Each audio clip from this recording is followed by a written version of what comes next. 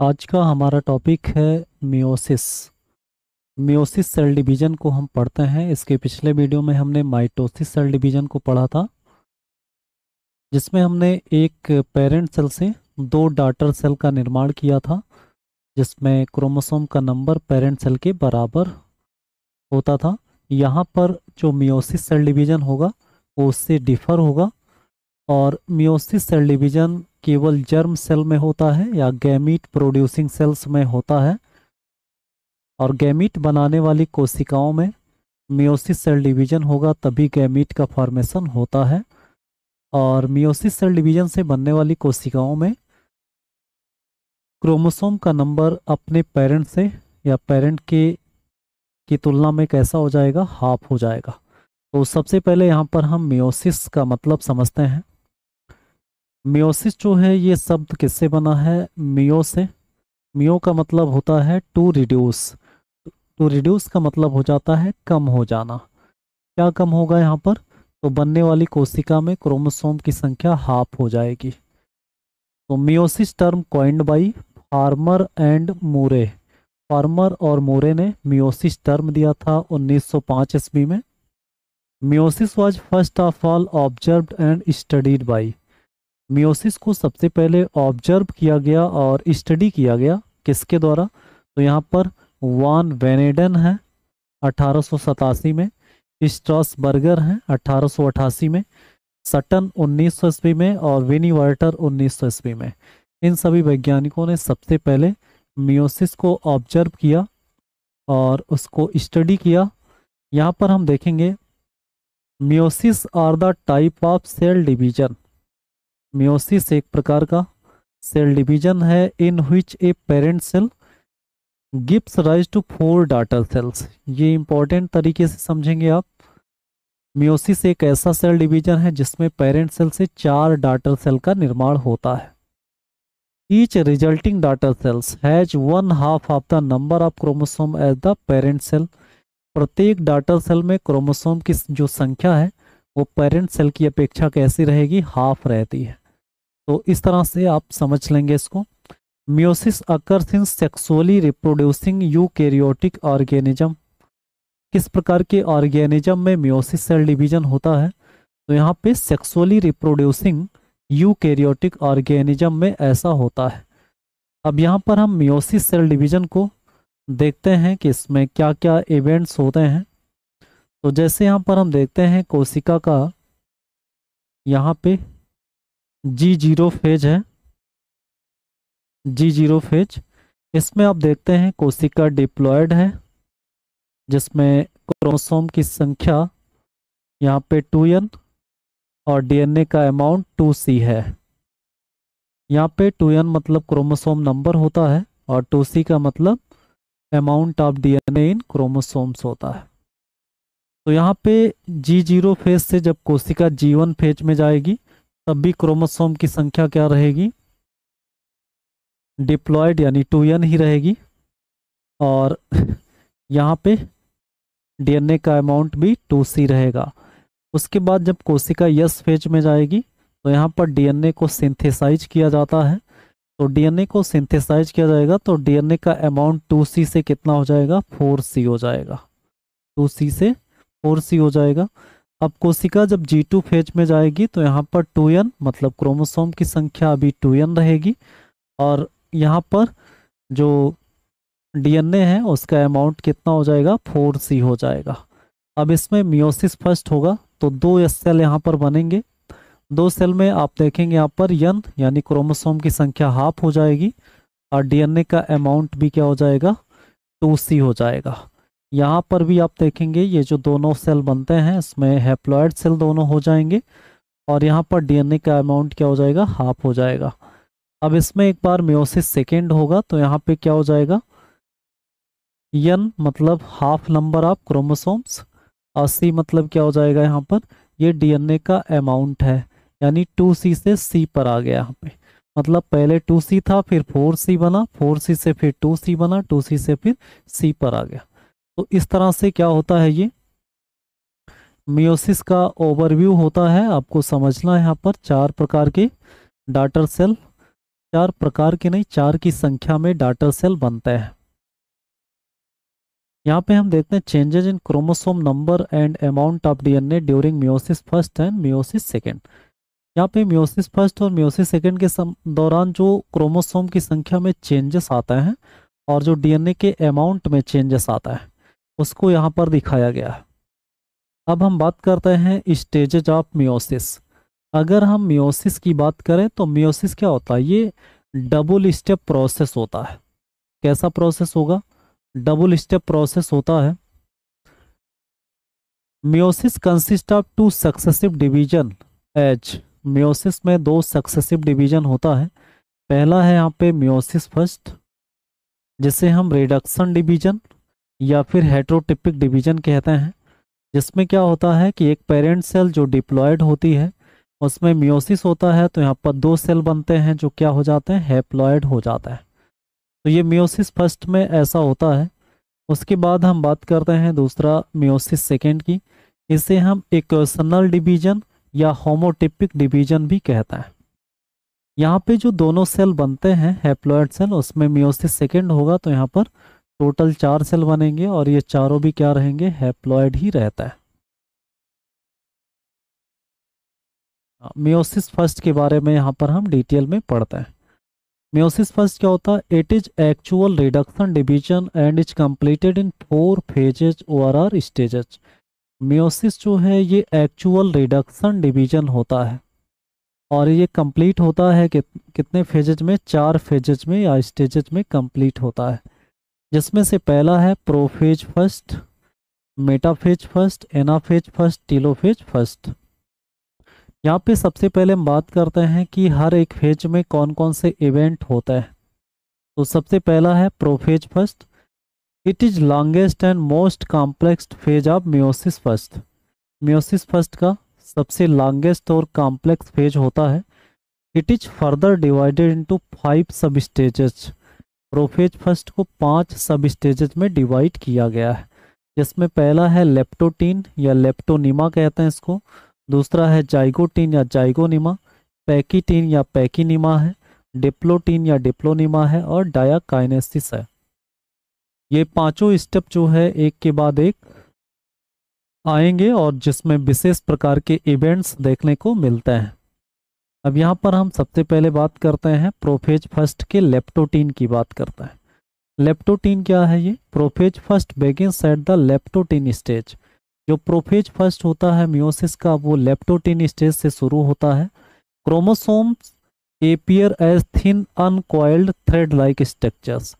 इस फेज में क्या होता है कि जो क्रोमोसोम है वो बहुत थिन और अनकॉइल्ड थ्रेड लाइक स्ट्रक्चर्स में दिखाई देता है।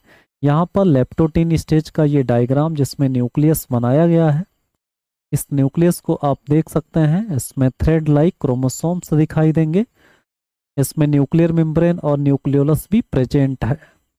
उसके बाद हम दूसरा पढ़ते हैं यहाँ पे जाइगोटीन। पेयरिंग वारा synapses of homologous chromosome occur in this सब स्टेज। इस स्टेज में क्या होता है कि 2 होमोलॉगस क्रोमोसोम्स की पेयरिंग होती है। तो अगर टोटल न्यूक्लियस में 46 क्रोमोसोम्स हैं तो यहाँ पर जब सिनेप्सिस होगा तो कितने पेयर दिखाई देंगे, 23 पेयर क्रोमोसोम्स दिखाई देंगे। अब यहाँ पर देखेंगे कि ये जो क्रोमोसोम है इसकी पेयरिंग होती कैसी है। तो अगर 2 क्रोमोसोम आपस में पेयर बनाते हैं तो उसको हम क्या नाम देंगे, यहाँ पे बाईवैलेंस नाम देता है। यहाँ पे दोनों क्रोमोसोम के बीच में कुछ प्रोटीन्स होते हैं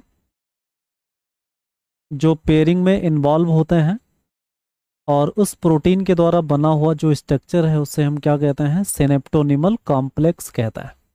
तो सिनेप्टोनिमल कॉम्प्लेक्स यहाँ पर बनेगा जिससे होमोलॉगस क्रोमोसोम के बीच में पेयरिंग होगी, जिस प्रोसेस को हम सिनेप्सिस कहते हैं। और 2 होमोलॉगस क्रोमोसोम का जो पेयर है उसको क्या कहते हैं, बाईवैलेंस कहते हैं। तो ये न्यूक्लियस के अंदर जाइगोटीन में सिनेप्सिस को दिखाया गया है। और सिनेप्सिस में जो सिनेप्टोनिमल कॉम्प्लेक्स बनते हैं उसमें जो मेजर प्रोटीन है वो यूबिक्योटिन है और उसके साथ अदर प्रोटीन भी होता है। तो ये जाइगोटीन हो जाएगा। जाइगोटीन के बाद अगला क्या आता है, पैकीटीन। इट इज़ द लॉन्गेस्ट सब stage of prophase first. Prophase first का सबसे लॉन्गेस्ट फेज होता है ये पैकिटीन। पैकिटीन में क्या होता है कि जो बाईवेलेंट स्टेज होता है वो टेट्रावेलेंट स्टेज में कुछ कन्वर्जन हो जाता है। जैसे यहाँ पर एक क्रोमोसोम में दो दो क्रोमेटिड्स यहाँ पर बन जाते हैं, जिससे यहाँ पर दोनों क्रोमोसोम को मिला करके 4 क्रोमेटिड हो जाता है। तो 4 क्रोमेटिड के द्वारा बना हुआ ये जो क्रोमोसोम का स्टेज है, इसको हम टेट्रावेलेंट स्टेज कहते हैं। अब टेट्रावेलेंट स्टेज जब यहाँ पर बनेगा तो यहाँ पर क्रॉसिंग ओवर होगा। क्या होगा यहाँ पे? Crossing over. सबसे important phenomena meiosis cell division का क्रॉसिंग ओवर कहाँ पर हो रहा है? प्रोफेज फर्स्ट के पैकिटीन में। इस क्रॉसिंग ओवर में होता क्या है, यहाँ पर ये जो होमोलॉगस क्रोमोसोम दिखाई देते हैं, इस होमोलॉगस क्रोमोसोम में यहाँ पर सेगमेंट की एक्सचेंजिंग होगी। यहाँ पर पहले दोनों क्रोमोसोम, ये जो यहाँ पे ये दोनों कौन से क्रोमेटिड होते हैं? ये नॉन सिस्टर क्रोमेटिड्स होते हैं। नॉन सिस्टर क्रोमेटिड के बीच में यहाँ पर सेगमेंट की एक्सचेंजिंग होगी। सेगमेंट की एक्सचेंजिंग से पहले यहाँ पर क्या बनेगा? रिकॉम्बिनेशन नोड्यूल बनता है। क्या बनेगा? Recombination nodule.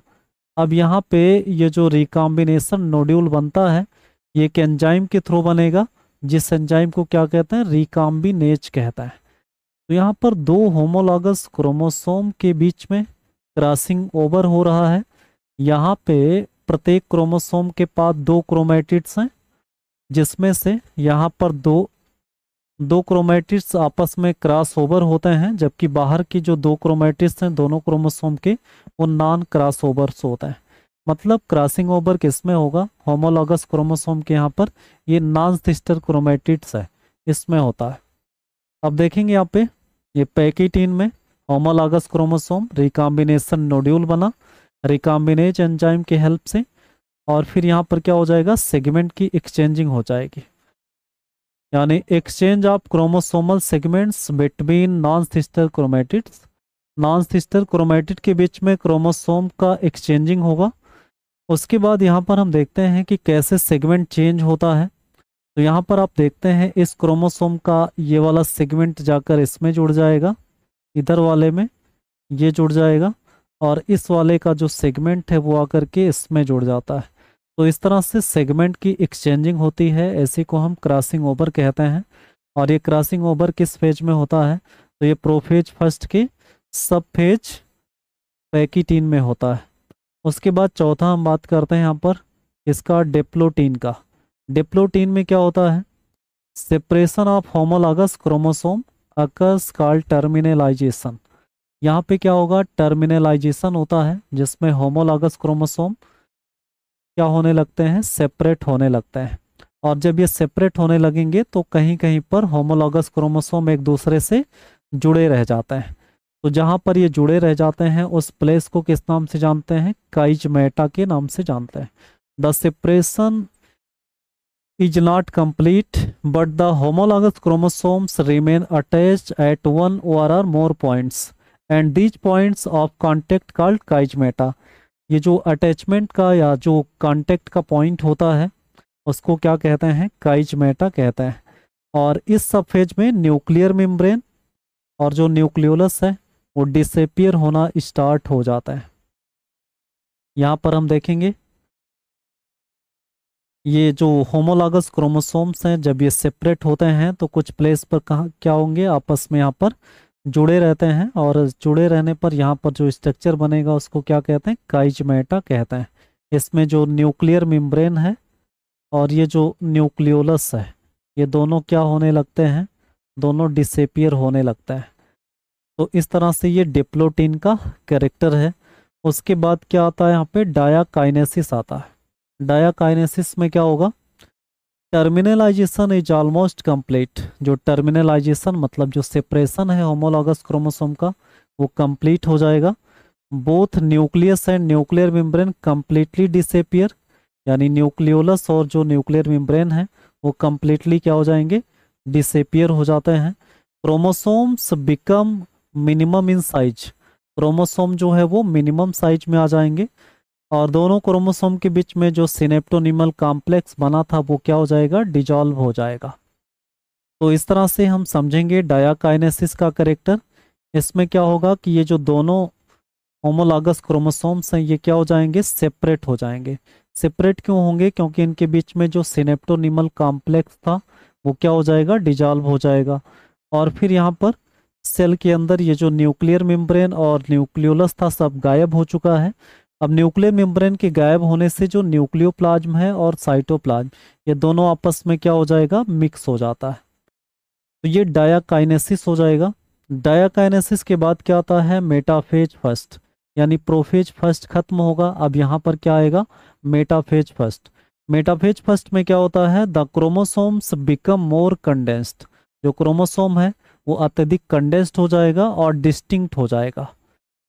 Spindle apparatus appears, जो स्पाइंडल ऑपरेटस हैं वो मेटाफेज फर्स्ट में दिखाई देने लगेंगे। Chromosome attach with spindle fibre through centromere, जो भी क्रोमोसोम होंगे वो स्पाइंडल फाइबर से अटैच हो जाते हैं। तो ये किस फेज में होता है, मेटाफेज फर्स्ट में। यहाँ पर आप देखते हैं ये सेंट्रियोल है जो स्पाइंडल फाइबर बना रहा है, और स्पाइंडल फाइबर में यहाँ पर जो दोनों क्रोमोसोम थे जो सेपरेट हो रहे थे वो अपने सेंट्रोमियर के द्वारा यहाँ से क्या हो जा रहे हैं, अटैच हो जा रहे हैं। तो ये मेटाफेज फर्स्ट है। एनाफेज फर्स्ट, एनाफेज फर्स्ट में क्या होता है, movement of chromosomes occur towards pole. यहाँ पर क्रोमोसोम का मूवमेंट होता है किसकी तरफ, पोल की तरफ। एनाफेज फर्स्ट में यहाँ पर आप देख पा रहे हैं कि ये जो सेंट्रियोल है ये स्पाइंडल फाइबर से सेंट्रोमियर से अटैच था, और यही जो है इसको खींच करके दो अलग अलग पोल पर ले जाता है। तो ये प्रोसेस किस फेज में होगा, तो ये एनाफेज फर्स्ट में होता है।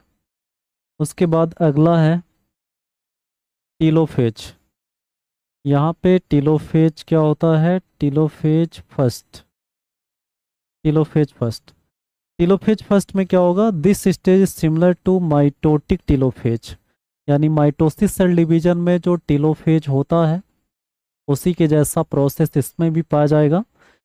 जैसे यहाँ पर न्यूक्लियर मेम्ब्रेन और न्यूक्लियोलस एपियर्स हो जाते हैं, दिखाई देने लगते हैं, जिसमें दो डॉटर न्यूक्लियाई प्रोड्यूस्ड हो जाते हैं, किससे, सिंगल न्यूक्लियस से। Each nucleus having half number of chromosome. हमने देखा था यहाँ पर ये एक न्यूक्लियस था, एक न्यूक्लियस के अंदर दो क्रोमोसोम यहाँ पर आपको दिख रहे थे। अब दो क्रोमोसोम में एक एक क्रोमोसोम अलग अलग हो गए यहाँ पर। अब एक एक क्रोमोसोम वाला न्यूक्लियस यहाँ पर बनेगा, यानी हाफ हाफ क्रोमोसोम यहाँ पर प्रत्येक न्यूक्लियस में पाया जाएगा। तो ये दो डॉटर न्यूक्लियस एक सेल के अंदर बन जाते हैं। उसके बाद कौन सा प्रोसेस होगा यहाँ पर, उसके बाद यहाँ पर साइटोकाइनेसिस होता है। साइटोकाइनेसिस में इसका साइटोप्लाज्म डिवाइड हो जाएगा, जिससे यहाँ पर क्या बन जाएगा, दो सेल बन जाएगा, दो डॉटर सेल जो हैप्लॉइड सेल होगा। अब यहाँ पर एक सेल में आगे जो प्रोसेस होगा वही दूसरे सेल में होगा। अब यहाँ पर एक सेल को हम आगे वाले प्रोसेस में ले जाते हैं। अब यहाँ पर हम देखेंगे मियोसिस सेकेंड होगा। मियोसिस सेकेंड में इन दोनों सेल से चार सेल का निर्माण होगा। एक सेल से दो सेल बनेगा और दूसरे से भी दो बनेगा। अब यहाँ मियोसिस सेकेंड की बात करते हैं। यहाँ पे meiosis second is similar to mitosis और इक्वेशनल डिवीजन। अगर आपने माइटोसिस सेल डिवीजन को सही से पढ़ा है तो मियोसिस सेकेंड आपको क्लियर हो जाएगा। तो मियोसिस सेकेंड में होता क्या है, इसमें स्पाइंडल फाइबर सेंट्रोमियर से अटैच होकर जब उसे खींचता है तो क्रोमोसोम दो पार्ट में या दो क्रोमैटिड्स में टूट जाता है, और प्रत्येक क्रोमैटिड्स एक अलग अलग पोल पर जाकर और न्यूक्लियस का निर्माण कर लेता है। अब यहाँ पर देखेंगे meiosis second similar to mitosis और equational division. This results in formation of 4 daughter cell, जिसके रिजल्ट से कितने डॉटर सेल बन जाते हैं, 4 डॉटर सेल बन जाते हैं। डिफरेंट स्टेजेस इसमें क्या क्या होगा, prophase second, metaphase second, anaphase second, telophase second. अब यहाँ पर देखेंगे प्रोफेज सेकेंड में क्या होगा। प्रोफेज सेकेंड में यहाँ पर स्पाइंडल फाइबर आपको बनता हुआ दिखाई देगा। न्यूक्लियर मेम्ब्रेन और न्यूक्लियोलस ये फिर से डिसअपीयर होंगे।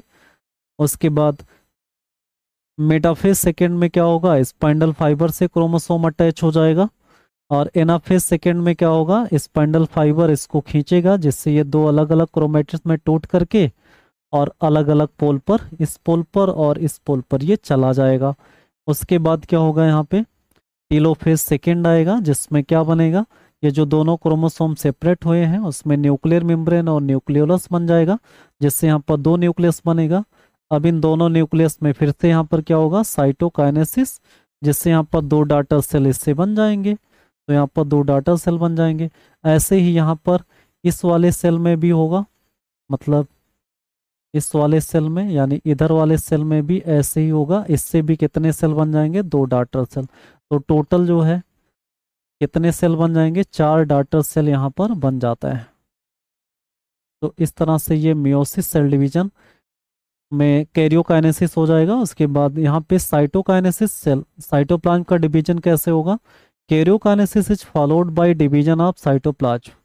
कैरियोकाइनेसिस के तुरंत बाद क्या होता है, साइटोकाइनेसिस होता है, जो 2 प्रकार का होता है, एक सक्सेसिव टाइप में क्या होगा, मियोसिस और mitosis followed by wall formation, यानी जितनी बार मियोसिस होगा, meiosis first and meiosis second यहाँ पर होना चाहिए, meiosis first and meiosis second followed by wall formation and lead to the formation of isobilateral tetrads. यहाँ पर आइसोबाइलेटरल टेट्राड्स बनेगा, जिससे 4 कोशिकाएं बनेंगी। साइमल्टेनियस टाइप में क्या होगा, यार meiosis is not followed by wall formation, यहाँ पर मियोसिस जो है वो वॉल फॉर्मेशन के द्वारा फॉलोड नहीं होता है। वॉल फॉर्मेशन कब होगा, जब मियोसिस फर्स्ट भी हो जाएगा और मियोसिस सेकेंड भी कंप्लीट हो जाएगा, तब वॉल का फॉर्मेशन होगा, जिससे 4 कोशिकाएं टेट्राहेड्रल टेट्राड्स के रूप में दिखती हैं। तो इस तरह से 2 तरह का साइटोकाइनेसिस होता है मियोसिस सेल डिवीजन में।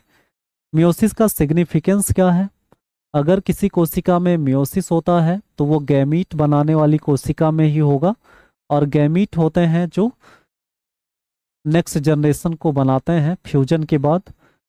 तो यहाँ पर it maintains chromosome number constant from generation to generation, एक पीढ़ी से दूसरी पीढ़ी में क्रोमोसोम की संख्या को मेंटेन रखकर मियोसिस के द्वारा ही आगे भेजा जा सकता है, यानी आधे क्रोमोसोम एक गैमीट से और आधे क्रोमोसोम दूसरे गैमीट से फ्यूज होकर ऑर्गेनिज्म बनाते हैं, जिससे ऑर्गेनिज्म में क्रोमोसोम की संख्या क्या रहती है, रेस्टोर रहती है।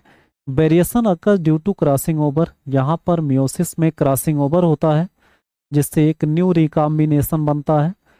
तो यहाँ पे वेरिएशन क्या होता है, रॉ मटेरियल ऑफ इवोल्यूशन, जैसे जैसे वेरिएशन आता जाएगा वैसे वैसे नई जातियों का विकास हो जाता है। तो इस तरह से आपने इस वीडियो में मियोसिस सेल डिवीजन को डिस्क्राइब किया। अगले वीडियो में हम सेल साइकिल और उसका रेगुलेशन पढ़ेंगे।